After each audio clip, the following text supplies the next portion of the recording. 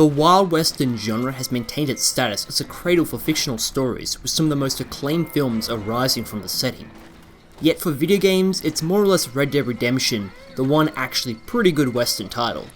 However, Rockstar's original 2004 title, Red Dead Revolver, is still a fairly competent third-person shooter, though very linear and largely generic outside of the setting.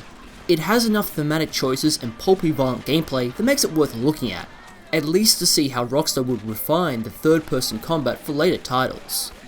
The plot is a straightforward revenge story set in the American frontiers around the 1880s, where a young kid, Red, witnesses his family being betrayed, then murdered by his father's former associates over a gold mine.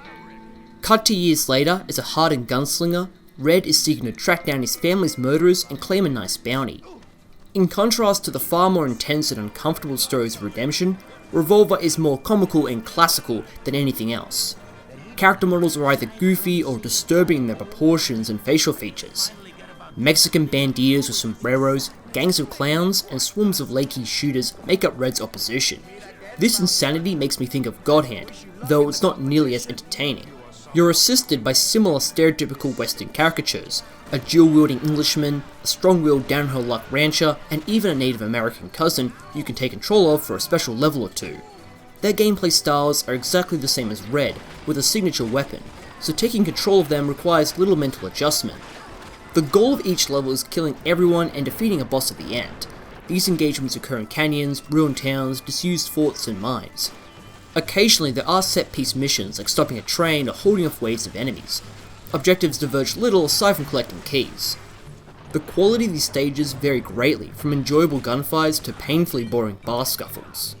Between some missions, you can access the town of Brimstone where you can buy new weapons or miscellaneous unlockables with the money earned from killing enemies and performing well during a stage. None of this can be used in game though, it's just a bit of filler and background lore you can check out in the main menu. There are multiplayer maps you can fight on with up to 4 players, but I can't actually attest to its quality. So outside of purchasing weapons and maybe an upgrade or two, money is mostly just a score. Controlling Red is much like other third-person titles. You can shoot while moving, dive and roll out of harm's way, and there's a slight aim assist. It hasn't aged as gracefully like Max Payne. Red feels a little heavy and clunky during firefights. There is a cover system, though its use is very minimal, as the game is at its best whilst running and gunning. The shooting is quite nice, with loads of blood and sound effects, that makes even small firefights frenetic.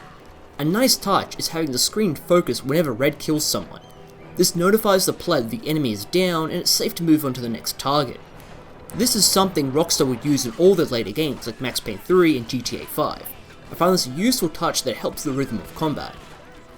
Because it was the early 2000s, everyone had to include bullet time in some way, and Red Dead's version was the Deadeye ability. By killing enemies, you fill up your Deadeye bars, allowing you to quickly slow down and dispatch numerous foes at once. It's not bad, but neither particularly useful. Enemies can still absorb loads of punishment, and it doesn't actually change the damage you inflict, it's just much easier to snipe heads, which guarantees instantaneous deaths. Otherwise, you're gonna run out of ammo or room before they go down. Speaking of, at a couple of points, you have allies that assist in a mission, but they're more of a hindrance as the enemies can snipe them and inflict just as much damage, essentially breaking these entire sections. Perhaps one of the most fondly remembered set pieces of the game is when you duel one or more enemies in slow motion. This is through a process of drawing, targeting body parts, then firing away. It's cool, though again largely unutilized outside of a few scenes. The basic gameplay is partly saved by the soundtrack, which uses emblematic tracks from classic spaghetti western films, and it really does add to the action. It's just a shame the game is so short, at around maybe 5 hours. If you ignore the incredibly successful sequel and the crew behind the title, Red Dead Revolver is just another decent action title, but not much else. It's a game I can easily recommend to enthusiasts of the setting, but not something for casual players who will likely get bored.